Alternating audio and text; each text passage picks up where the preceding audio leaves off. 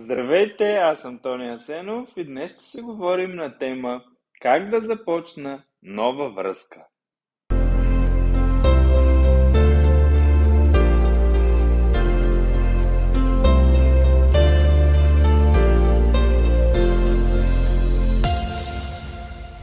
Намирането на подходящ партньор не е лесна задача.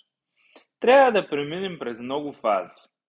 Фази като запознанство, флирт, свалки, целувки и няма да продължавам нататък.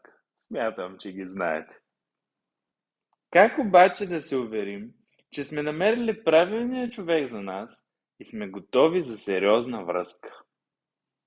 Ето и няколко съвета, които могат да ви бъдат полезни.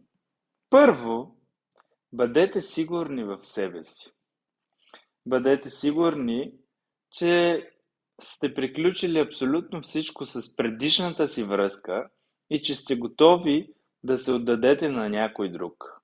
Обичайте себе си, за да обичате някой друг. Второ, бъдете честни и откровенни. Не се преструвайте на някой друг само за да впечатлите. Гарантирам ви, рано или късно ще си покажете истинската същност и тогава човекът до вас ще бъде разочарован.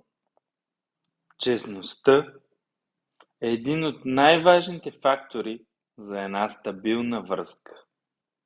Трето, бъдете толерантни и уважителни. Всеки човек е различен. Приемайте го такъв какъвто е и не се опитвайте да го променяте. Разбира се, има още много други аспекти, които са доста по-дълбоки и които могат да се разгледат, като например общуване, романтика, компромис.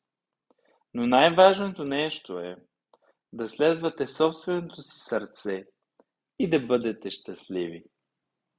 Ако сте смели, напишете ми в коментар вашата история на вашето запознанство с вашата половинка. Също така бих приел да го прочета и на лично съобщение. Благодаря ви и до скоро!